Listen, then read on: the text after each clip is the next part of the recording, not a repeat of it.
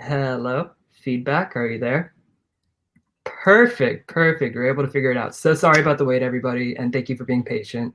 As I was saying, I would like to thank you all on behalf of Vroman's Bookstore for tuning into tonight's event. Tonight, we're lucky to have with us Andrew Morton, who is going to be in conversation with Diana Nixon, discussing Andrew's book, Elizabeth and Margaret, The Intimate World of the Windsor Sisters. I will go ahead and just introduce Diana real quick, and then she will go ahead and introduce Andrew. So Diana, who after concluding a 25-year career as a legal publishing executive at Thomson Reuters, transitioned to working with best-selling authors and bringing their works to readers through illuminating and engaging conversation. So I will go ahead and let her take over. Just a reminder, if you want to purchase Andrew's book at any point, you can go ahead and click that green button down below, and it will take you to our website. But again, thank you all so much for tuning in, and I will hand it over to Diana. Thank you so much, Max. Welcome, everybody. And also, you'll see on your screen an Ask a Question feature at the bottom. At the end of our conversation, we'll be taking all the audience questions. So please go ahead and ask away. So good evening, everyone. Welcome to our Vroman's author event. As Max mentioned, my name is Diana Nixon, and I would like to welcome you all to our conversation tonight with royal biographer and expert Andrew Morton. Now, many of you know that Andrew is one of the world's best-known biographers and a leading authority on modern celebrity and royalty. His sensational biography, Diana, Her True Story, which was written with the intimate cooperation of the Princess of Wales, and for the first time revealed her conflicted life, became an international best-selling phenomenon. Since then, Andrew has gone on to write New York Times bestsellers on royal personalities such as Wallis Simpson and Meghan Markle, and a number of entertainment celebrities. Andrew is also serving as a consultant to season 5 of The Crown. I am so pleased that we are here tonight to talk about his most recent book, Elizabeth and Margaret, The Intimate World of the Windsor Sisters. Elizabeth and Margaret has been described as a captivating biography that offers unique insight into these two drastically different sisters. One resigned to duty and responsibility, and the other resistant to it, and the lasting impact they have had on the crown and the royal family. Andrew, welcome to our Vroman's virtual community this evening. Diana, very nice to be with you all, and it's great that we've managed a virtual launch at Vroman's, my favorite bookstore. Well, I second that. I'm with you right there. And, Andrew, I think we all send our very best to the Queen and the royal family on the news today of the passing of Prince Philip. And I actually wanted to start our discussion today and remember Prince Philip. And I think just right off the bat, wouldn't you say that his and Queen Elizabeth's story was really an example of a love story for the ages? Oh, absolutely. This is a marriage which has lasted all kinds of vicissitudes. It's been in the spotlight from the word go, and yet they're like two great oaks who've grown together. And the sadness is one has fallen today. I remember once being at a cocktail party with Prince Philip, and it was for the journalists, and he's not a great fan of journalism. And a Canadian girl called Sally Armstrong was talking to the prince, very nervous. And she looked at the prince, and she was in her mid to late 30s. And she said to Prince Philip, "I used to be a girl guide, and I did the Duke of Edinburgh Award. Do you remember me?" And when she did that, she was about 10. And he kind of paused, looked at her quizzically for a couple of seconds and said, "I'm sorry, I don't remember the face." So, anyway, he was quite crisp with people. And quite a character. If you could even talk a few moments about how a case of the mumps actually resulted in Philip and Elizabeth's chance meeting, which started all of this off when she was 13 and he was 18? Yes, they went down to Dartmouth on the royal yacht, and they were due to spend a weekend inspecting the naval cadets. And their host had a case of the mumps. So the princesses, Elizabeth and Margaret, were kept away from the general hoi polloi, or the infected group. And Prince Philip was deputed to look after them and to keep them amused. And initially, they played games jumping over a tennis net, and then that graduated to watching Philip demolish several plates of shrimps. Margaret was enthralled by this boy that could eat a plate of shrimps and without demur.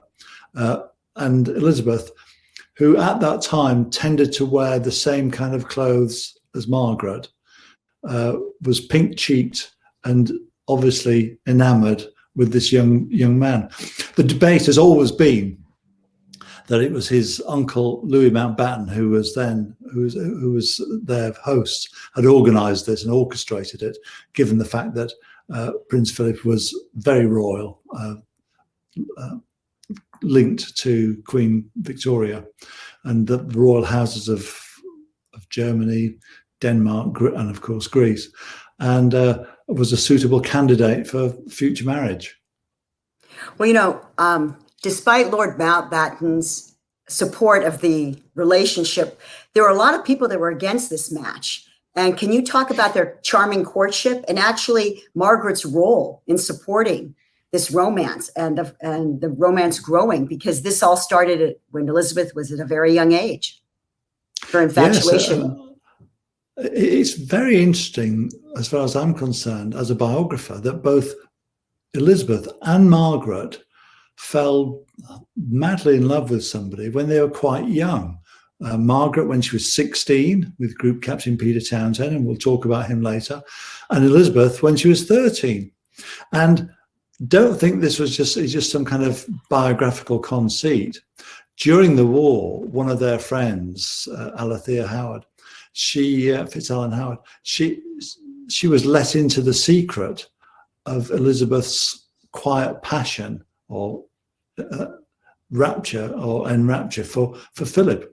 And this is in 1941. So the Queen's not very old at that time. And she called Philip her boy. But that didn't stop her from being introduced to lots of other young men during the war by her parents and by other interested parties who wanted her to marry a duke or an earl. Inside the court, there wasn't that much interest in bringing Philip along. He's thought to be rough and ill-mannered, and he might not be faithful. That was the verdict of the crusty old guard at Buckingham Palace. I also read that he was labeled as a restless outsider, and he himself had troubles acclimating to life inside the firm. And actually, because of maybe his own experiences, he tried helping people like Diana and others as they joined the family. Can you speak to that and the sort of this legacy of outsiders trying to find their way as a member of the royal absolutely. family? When people say, "Oh, all these young women who've joined the royal family have had a hard time," I think the guy who had the hardest time of all was Prince Philip. He was opposed by the courtier class. The aristocracy didn't like him. He hadn't been educated at Eton. He wasn't a member of the Horse Guards. He was a Navy man. He'd been educated at Gordonstoun. His family, a Greek family, were impoverished. His father lived with an actress in the south of Spain. His mother was in an institution, Princess Andrew. He lived a fairly rootless life, going from relative to relative. And then when he was trying to woo Princess Elizabeth, he found that the king and queen were not too keen, because King George used to talk about we four. He didn't want that unit of the quartet broken up. The aristocracy didn't like him. His sisters had all married prominent Nazis, and so obviously at the end of the war, when he was trying to become engaged to Elizabeth, there was a lot of hostility. He was called Johnny Kraut and all kinds of unpleasant sobriquets. So he had a tough time. And even when he married Princess Elizabeth, he was given a hard time. They moved into Clarence House, and then when she becomes queen, they wanted to stay there, and they were told, no, you can't do that. When Charles was born, Philip wanted the boy to be called Mountbatten. No, they was told you've got to be called Windsor. So there are all kinds of obstacles put in his way. He had a tough time of it, and he got quite ill. And his one consolation was he bought himself a frying pan, so he didn't have to hack down to the palace kitchens to make himself some bacon and eggs. And is it true that he tried to help Diana? And do you think he actually tried to help Meghan? Well, with Meghan, he'd retired by the time she came into the fold.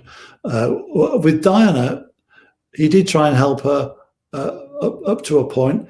He was a great letter writer, and during the whole problems between the couple in 1991-92, he wrote a series of letters to Diana, some quite stern, some a lot more loving and kind. You know, I want to talk about his legacy outside of family, being the male head of the family. And early on, and before it was popular, he was really interested in conservation, in green fuels, in nature, preserving species. Has he actually been more of a modernizer and a reformer than he has been given credit for, do you think? Oh, Prince Philip was absolutely a progressive force inside the royal family. He's the one who lobbied for the coronation to be televised. He was the one who lobbied for the film, The Royal Family, which showed the royal family at leisure, as you Americans call it, barbecues and the like. The Queen opposed both things. She was very shy, and she didn't like being on camera. So it was Philip who was a great modernizer in the royal family. It's going to be interesting to see, because Charles is happy to be called an old fogey, whereas his father was very science engineering based. You know, you mentioned the Queen, and I think my final question about this topic, unless there's any other anecdotes you wanted to share, was how do you think his death is going to impact the Queen and William and Harry going forward? Well, Prince Philip has been retired since 2017. Obviously, it's going to have an emotional impact, right. But I think it's now going to push Prince Charles and Camilla Parker Bowles, or the Duchess of Cornwall, more into the forefront. And also there'll be a focus on William and Harry, William and Catherine. Okay. Well, I wanted to turn to your latest book, Elizabeth and Margaret, and I want to ask you why Elizabeth and Margaret, and why now? Well, I noticed that the whole point about the royal family is a kind of duality. We talk about Fergie and Diana. We talk about the Queen Mother versus Wallis Simpson. We talk about William and Harry.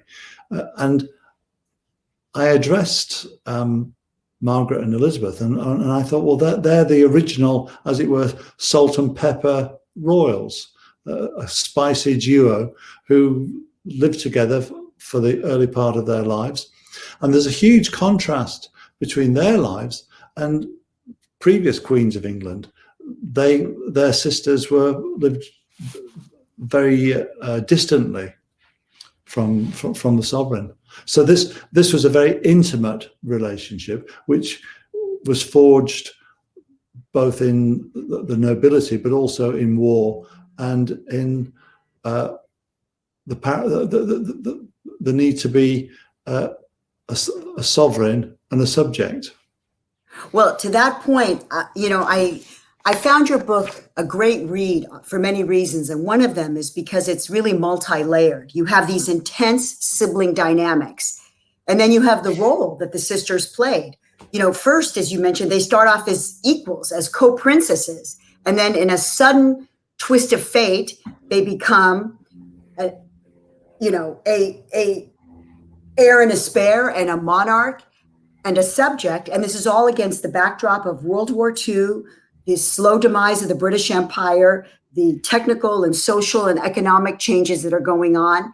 So if you could speak to, in what aspects did their relationship stay the same, and in what aspects did the relationship evolve? Because they were really so entwined with each other. Well, their togetherness was that of the older sister and the younger sister, and the older sister always put a wing or an arm round Margaret, always always looking out for her, and I'm reminded very much of William's relationship with Harry in that regard. And as they grew, both Elizabeth and Margaret were dressed the same. Elizabeth was treated as obviously the older sister, and once she became heiress presumptive, she had special education from the Provost of Eton. Margaret was deputed to learn French country songs, and Princess Elizabeth would be doing constitutional history. And Margaret was once asked, wasn't that very short-sighted? Because after all, the two previous monarchs were second in line, not first in line, thinking George V and George VI. And she says, yes, it was very short-sighted because anything could have happened. And it was, you know, you look back at the war and you look back at Buckingham Palace and Windsor Castle. Windsor Castle was bombed 300 times. Buckingham Palace was bombed, I think, 9 times. And King George VI had a very, very lucky escape. So both the King and Queen were very aware that mortality was just around the corner, was you know, just a car ride away. And so it was short-sighted to treat Margaret as the junior of the duo. You know, you go into very vivid and in-depth detail of their young lives and their time at war, as you just mentioned, being 15 miles away from London and Windsor Castle, and how they lived.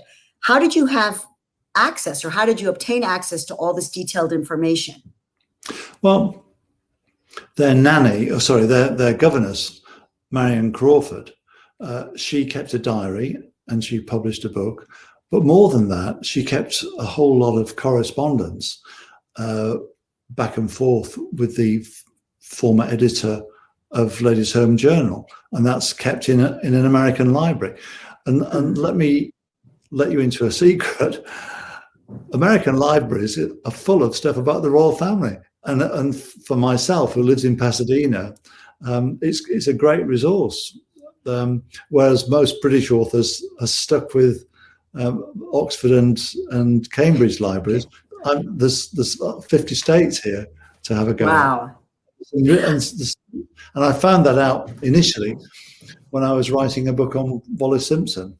The various universities around America are a cache of revealing letters and insights. Interesting.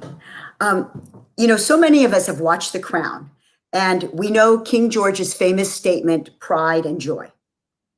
And do you think the sisters internalized that statement and instinctively or intentionally fulfilled their respective roles? And if you could share that statement with everyone in case people may not remember it.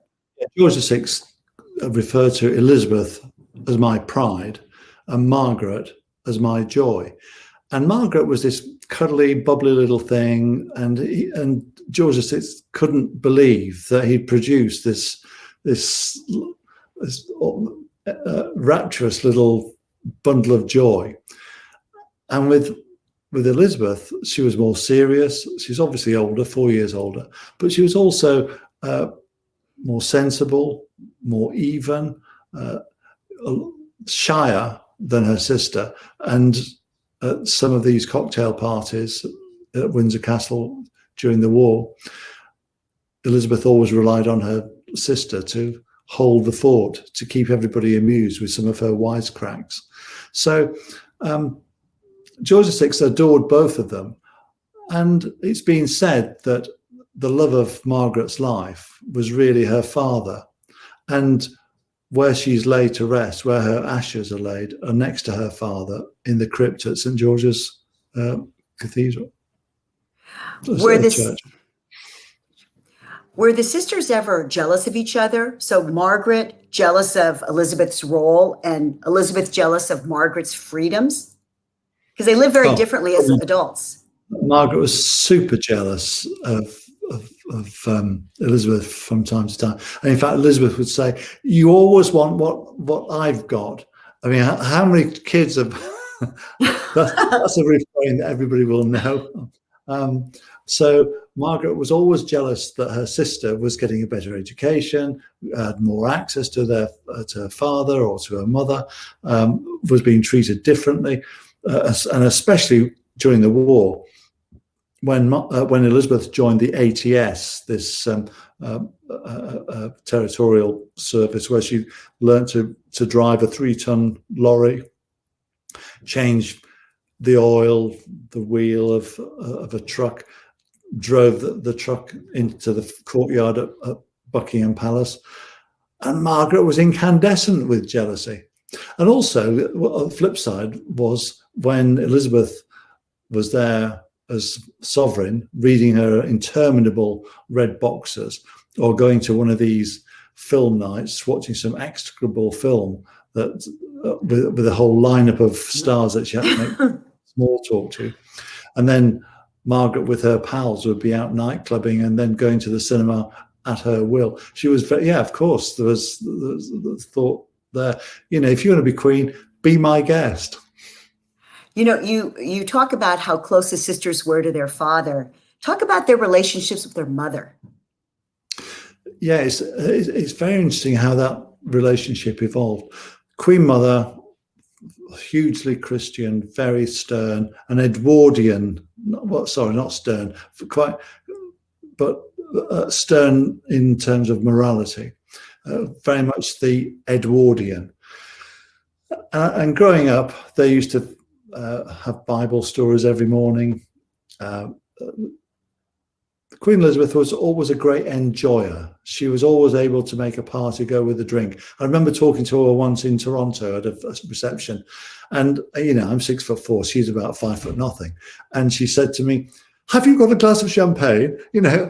She was great. She was always just ready for a drink, and she thought that money kind of literally grew on trees, because when Princess Elizabeth became queen, she also inherited her debts, and she was paying for her bloodstock bills and everything. I mean, she was virtually bankrupting the royal family single-handedly. And her and Margaret, they clashed. Margaret would be very rude to her mother. They lived together, you see. When Elizabeth married and when she became queen, Margaret and the Queen Mother moved into Clarence House, and they were always clashing heads, and they got on one another's nerves.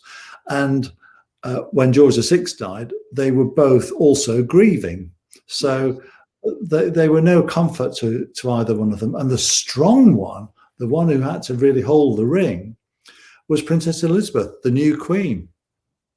So the relationship as well with the Queen Mother was one where she was always trying to make sure that nothing changed. She really was, she liked to live in a time warp. And the Queen always had to be absolutely sure of her case, that for any kind of change, in case the Queen Mother said, "Oh no, I don't particularly like this, and let's not do that, let's do this." She always had an opinion.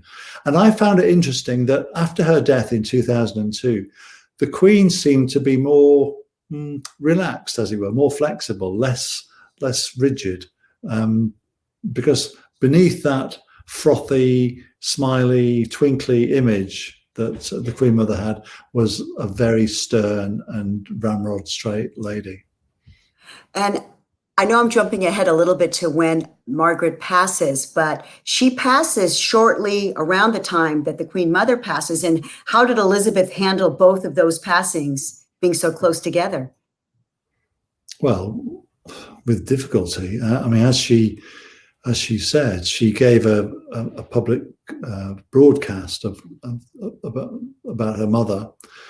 And she said afterwards, if she'd been asked to talk about her sister, she would probably have broken down, because these two were instinctively on the same wavelength.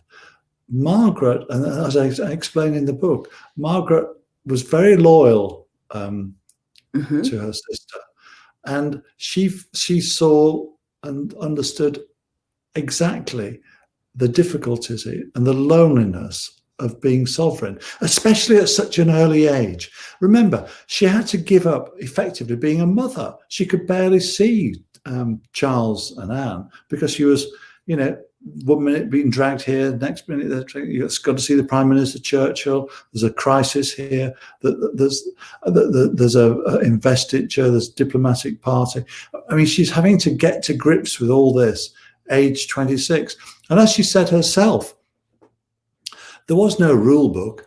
The rule book was basically doing what her father had done, and her father did what George V had done. So you can understand why the royal family, why the monarchy doesn't change an awful lot, because they're always looking back to see what the other guys have done. You mentioned the loyalty between the sisters, and Elizabeth returned that loyalty. And actually, the crown, I think, got this a little bit wrong, and you and I talked about this with regards to the Peter Townsend situation. And so if you could talk about that, to where Elizabeth returned that loyalty to Margaret, and that people may not know the true story as you describe it in your book. Well, as part of my research, I spent some time at the National Archives at Kew in the west of London. Thankfully, just as the COVID curfew was lifted. And I discovered some intriguing papers.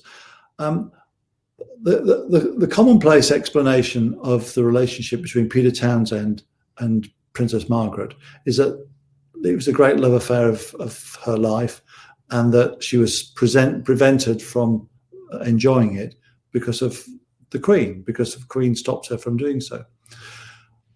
What happened was that Group Captain Peter Townsend divorced, and divorcees were not allowed to remarry in church. I think it's changed a bit now, but only recently. And more than that, at court, a divorcee wasn't allowed into the enclosure at Ascot, for example. And certainly a divorcee was not allowed to marry a member of the royal family, because they recoiled in horror at that idea. After all, the twice divorced American, Wallis Simpson, with 2 husbands living, had caused the abdication in 1936. So when it was explained to Peter Townsend and Margaret, the explanation was, if you want to marry, you'll have to give up your title, your place in the succession. I think at that time Margaret was 3rd. Your civil list, this is the money the government grants you to live on. And you'd have to go live in exile. And of course, you'll have to have a civil wedding. And you might be cast out of the royal family into the outer darkness forever. Now, Margaret didn't see Peter Townsend for 2 years. And the reason why is that she needed to get the permission from the Queen before the age of 25 to marry. And that wasn't going to be forthcoming because Peter Townsend, as I've explained, was a divorcee. So when she gets to 25, the whole world is looking at Balmoral and thinking, right, Margaret or Meg, time to make your mind up. And she did make her mind up, and she made her mind up with the help of her sister and the Prime Minister, who was then not Winston Churchill, the older generation, but Anthony Eden, who was divorced himself. And he was far more solicitous. And he said to Margaret, look, you don't have to give up the civil list. You don't have to give up your title. You don't have to give up your appellation, Her Royal Highness. You don't have to go live in exile. You do have to marry in a civil ceremony, because the Church of England won't allow you to marry a divorcee in church. And you'll have to do is give up your place in the line of succession, which as third was no biggie. So she knew this, but she never told Group Captain Peter Townsend. So when you read his book, he says that we explored everything, we tried everything, but he was hopeless. I knew that as a plain RAF pilot, ex-pilot, we couldn't live on my salary, so we both decided to give it up. And it's the kind of obverse, the flip side of the abdication, because during the abdication, all the cards were held by Edward VIII, and none of the cards were held by Wallace Simpson, who was in exile in the south of France and would plaintively shout down the phone, "Do not abdicate, do not abdicate." And Edward VIII blithely ignored her and shaped her life for the future by his decisions without any consultation. And so we move on 20 years, and Margaret makes this decision about her life without any consultation with Group Captain Peter Townsend, who's left in the dark, really. And I think for the rest of his life, he never really gets the fact that he could have got a civilist allowance himself. He could have got a title. That's what Eden was offering. And all Margaret had to do was give up her place in the line of succession.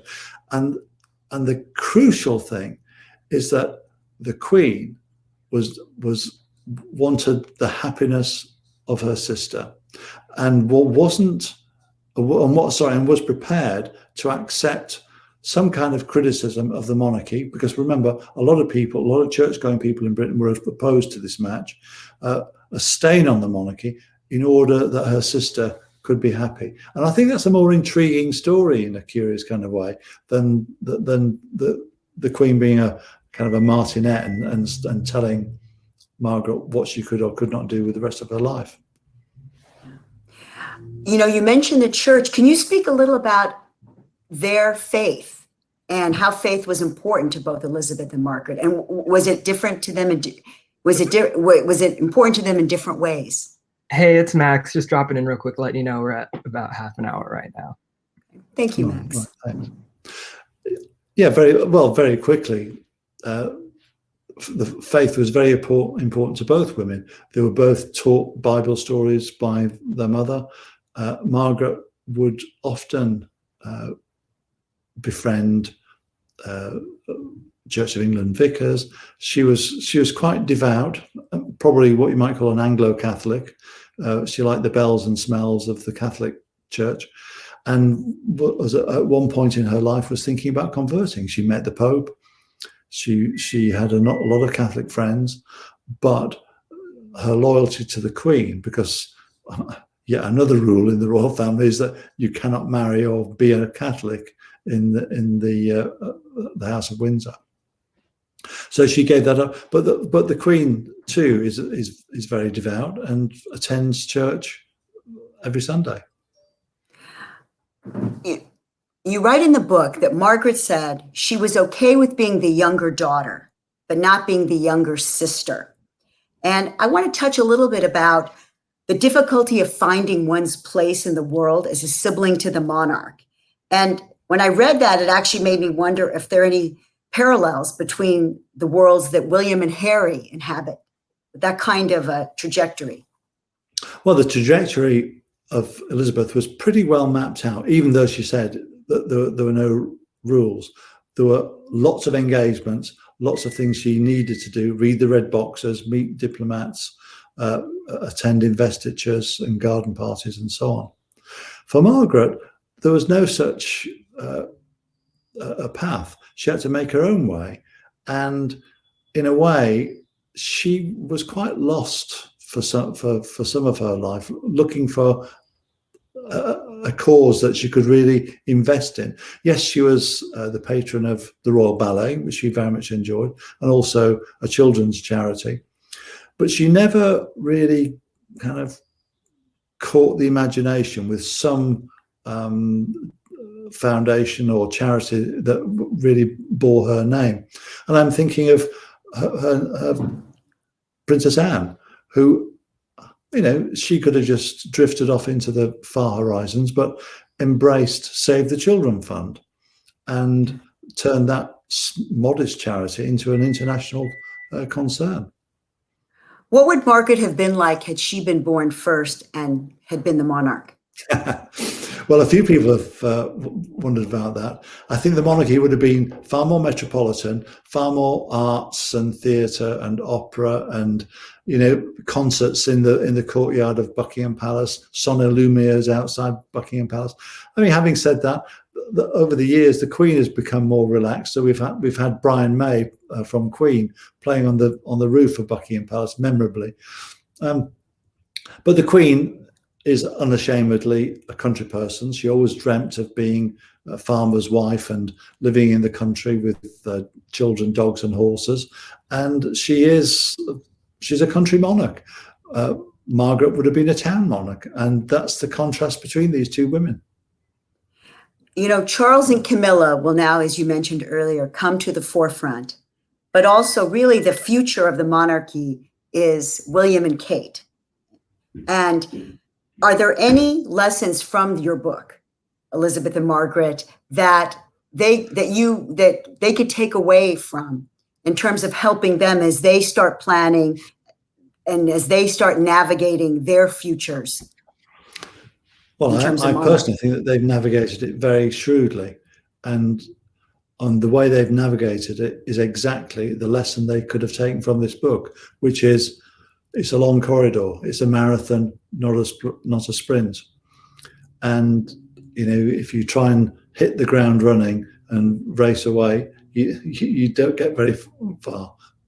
And I think that the way that William courted Catherine over a number of years, and the way that he gently inducted her into royal life, is a textbook example of how to get it right. That makes me think of the other people that have come into the royal family, let's say like Meghan, and you wonder if they knew each other for a shorter period of time. There wasn't this long runway in terms of learning what it's like to be a royal. Do you think they would have benefited had they had that extra time, or maybe? Yeah, I mean, look, the unfortunate example of Charles and Diana is that they saw each other for 13, 14 days before he proposed. And even that time, he was always with Camilla Parker Bowles. So he kind of got his arm twisted into proposing by the way the media behaved. As for Harry and Meghan, I think that Harry didn't want to even chance losing Meghan because he just thought she was the greatest catch that there's ever been. You can see that he's hopelessly in love with her. But I personally think they should have given it a bit more time, at least have learnt the national anthem before joining the royal family. You've covered the royal family now for a number of years. What has been the most surprising thing about covering them or about them? Oh, well, so many things. They are like a South Sea Islands tribe with all kinds of arcane customs. I mean, they can spot a misplaced decoration on a uniform from 50 paces. And it always amuses me, the kind of Balmoral trick that they've got, where you're in the sitting room having a drink, in the afternoon, in the late afternoon before dinner. And if you sit down, one of them will say, "Don't sit there. That's Queen Victoria's chair." And these people will leap out of it like they've been electrified. And I think it's just like a standing joke that they've got in the family, because it's happened to so many people. Tony Blair happened to all these people, and they sit down, and it's like the royal equivalent of a whoopee cushion. So I have to ask, have you met the Queen? I first met the Queen in 1983 in San Diego Harbor when the Royal Yacht came from Mexico with the Queen and the Duke of Edinburgh on board. And I was so enamored of the boat. I wanted to read more about it. There wasn't a book, so that started my writing career. So one of my first books was on the Royal Yacht Britannia, San Diego Harbor, February 1983, Queen, Duke of Edinburgh on board. Wow. Now, you've been dubbed by the New York Times as the king of royalty. So I have to ask, which royal would you most like to have tea with and why? Well, there's two, actually. I think obviously the Queen, because, you know, if you're going to have tea with the Queen, you can dine out, you can literally dine out on that forever. But I think also Camilla. I'll tell you why. Because she has very deftly inveigled herself into the heart of the royal family. After being kind of an outsider, she's now very much an insider. She's very chatty, gossipy, and never lost for a consoling word or a witticism. I mean, she would be a fund of gossip about the royals. What do you think the royals think of you? Well, they weren't exactly thrilled with my book, Diana, Her True Story, when that was published in 1992, and it created the biggest crisis that they've faced for a long time. So I'm not on their Christmas card list, but I'm a journalist and a writer. I don't expect to be. You know, talking about being a journalist and a writer, how do you start writing a book? Do you outline it first? How do you get started on the process? Well, you start by researching, and within 3 weeks you become an expert on some arcane aspect, and you follow a lot of rabbit holes on the internet, in libraries, and elsewhere, and you let the material sit like a good roast for a few hours, a few days, and then you start to carve it, and you hope you've got enough material to make a good meal. And how do you get your ideas? You just mentioned the one about the royal yacht, but how do you get your ideas? Well, it's always happenstance. I mean, I wrote a book called 17 Carnations about the Duke and Duchess of Windsor and their links to the Nazis. Mm-hmm. I was quite intrigued by Wallis. I had tons of material about her character, about her activities, and I thought, well, there's another book here. And these things are extraordinary, driven by fate sometimes.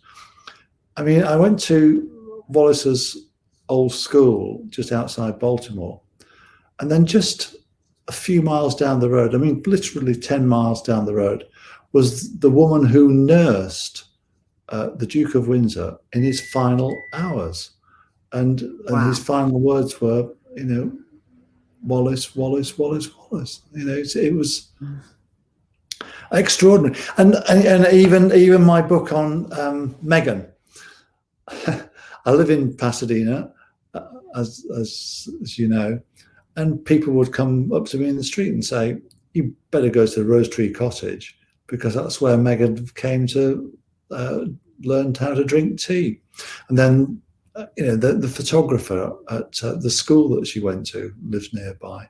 You know, she was a homecoming queen in La Cañada. So, you know, that was a lot of low-hanging fruit there for a biographer. Do you use a computer or do you handwrite? You mad? Of course I use a computer. Okay. And how many drafts usually before a book is published do you write? Couple. It's usually, yeah. The editor goes through it and makes it a lot more rigorous and has some penetrating questions.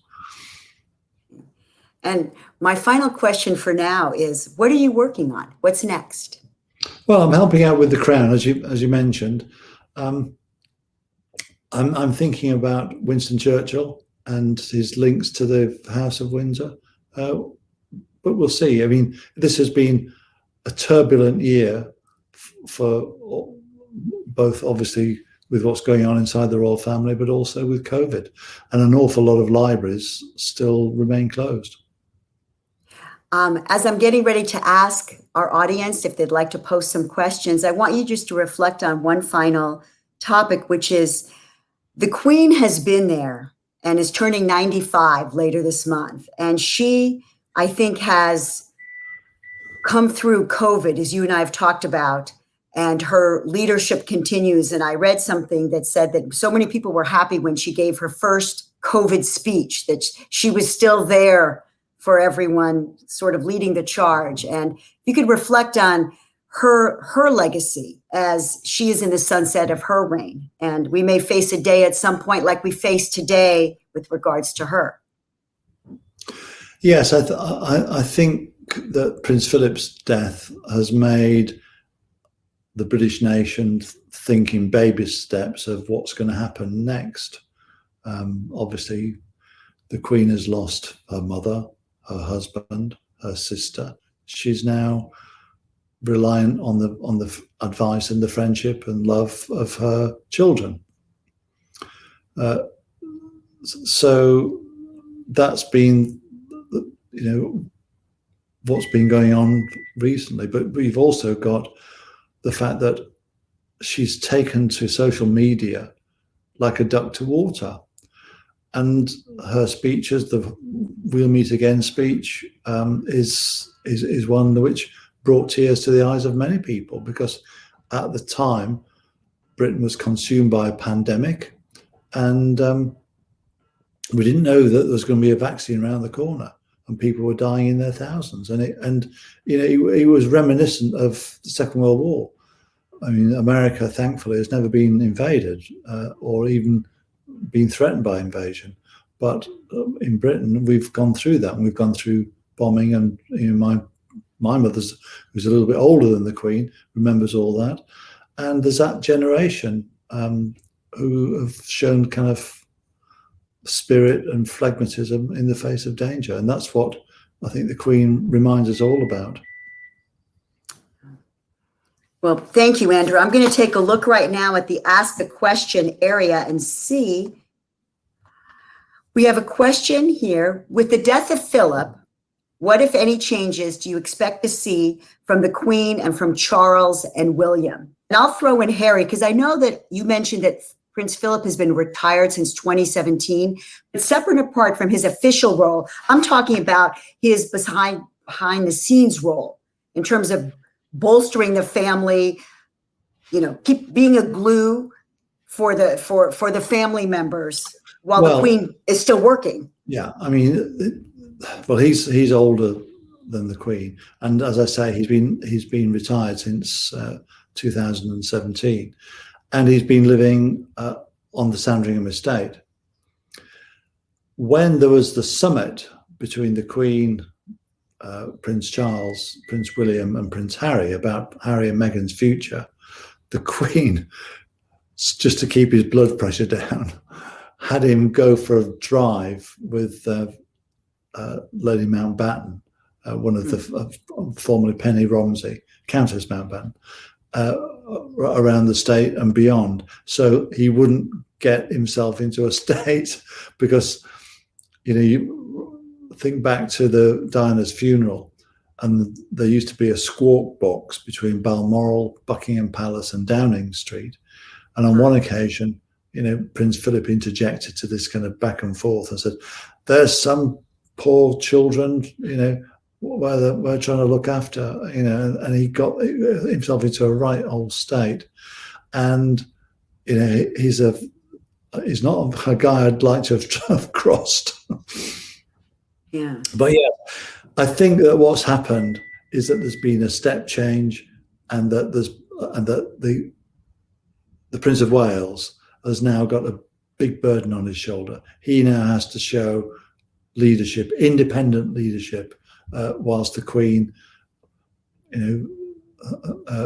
grows old gracefully, still the head of state, but the real leader is now Prince Charles. And you alluded to this, but can you expand upon what you think of the Oprah interview with Harry and Meghan?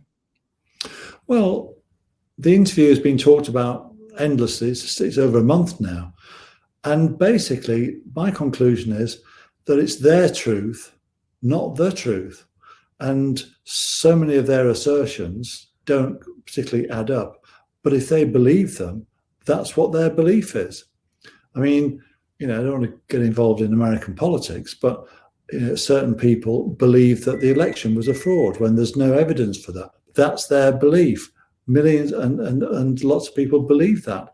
And so belief is a very powerful emotion.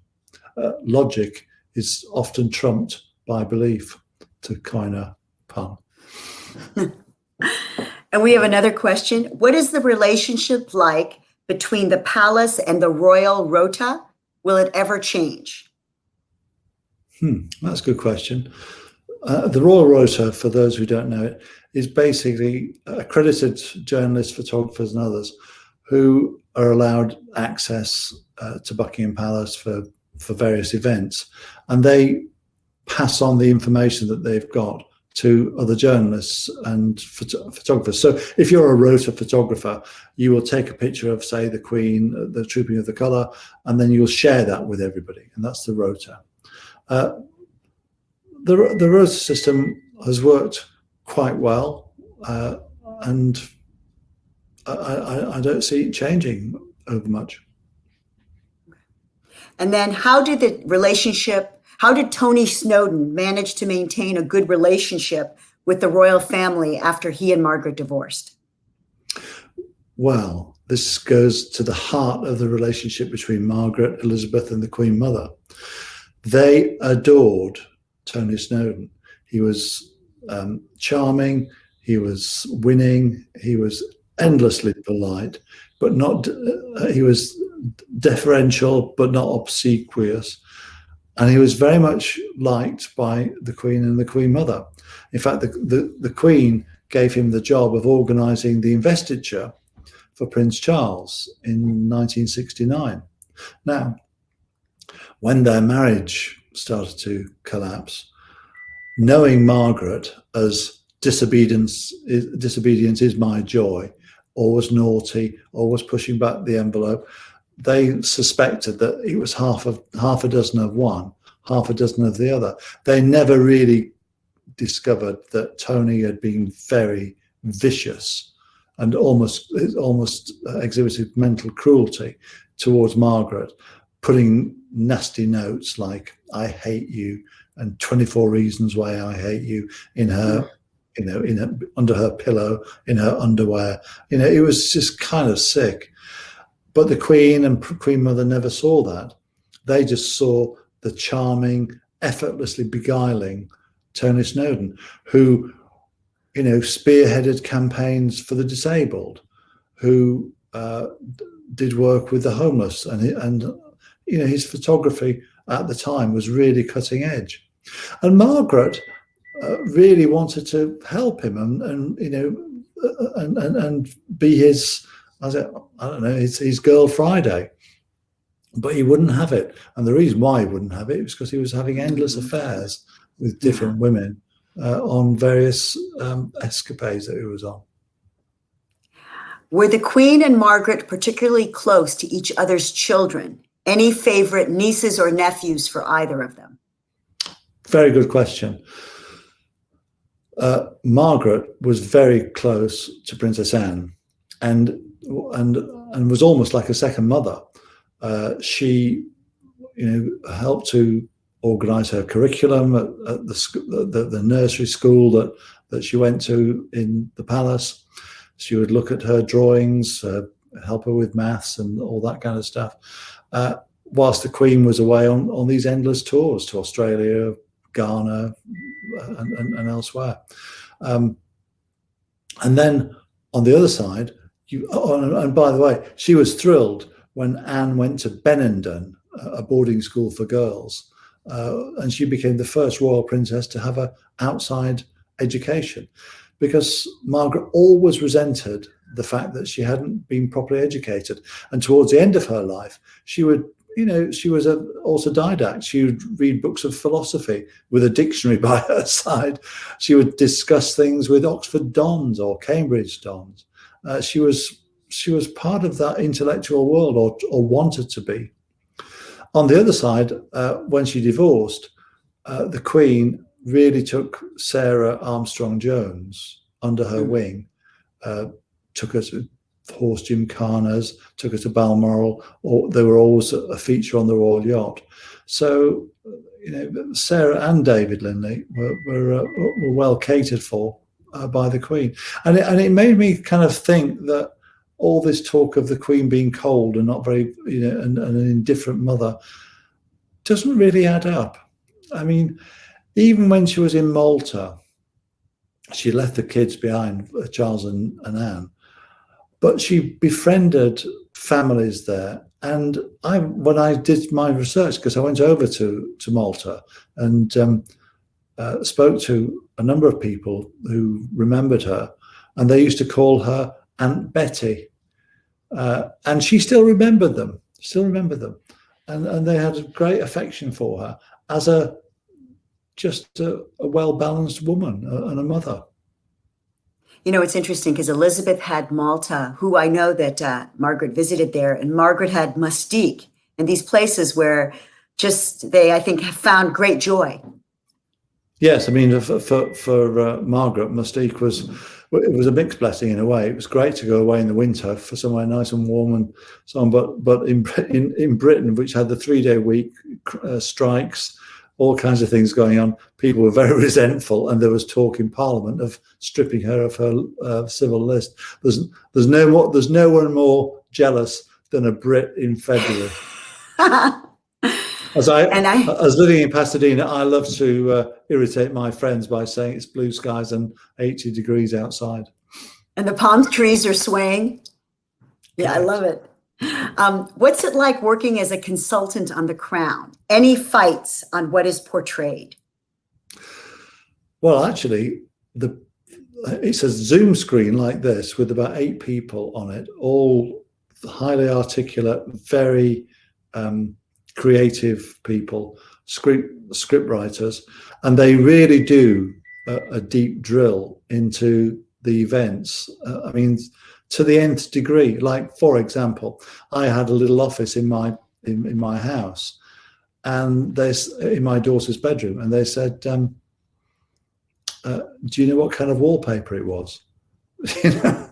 So actually, I did, as it happened. But the questions can be quite arcane, but it does show you they do their homework, because Peter Morgan is always looking for that little bit of insight, that bit of information that takes the story forward a little bit. I'm looking forward to it. I'm wondering who's going to play me. Is it going to be Danny DeVito? I'm 6'4". I like to say that I invited Daniel Craig, but he said he was too busy combing his hair. Well, Andrew, this brings us, I think, to the end of our questions from the audience. I know that you have been to Vroman's because you go there often, and you've signed a number of books. So signed books are awaiting all of us at Vroman's, and we're so grateful to Max, to everyone in our audience, to Vroman's for supporting us. And Andrew, really, it's a terrific read, well-researched, so interesting. And the parallels as we continue to watch the royal family evolve are so interesting and dynamic to follow. So we appreciate also that insight into the royal family from you as we go forward. Well, thank you very much. I've thoroughly enjoyed it. And yes, please support Vroman's. Please support independent bookstores. They're much needed. And the landscape of Pasadena would be far more arid without the watering hole that is Vroman's, intellectual watering hole. I agree. Awesome. I would just like to say thank you again to Andrew and Diana for that wonderful event. Everyone in the audience, thank you so much again for coming. And with all out of the way, I hope you all have a good night. Thank you so much. Thank you so much, Max. Thank you, Andrew. Everyone be well.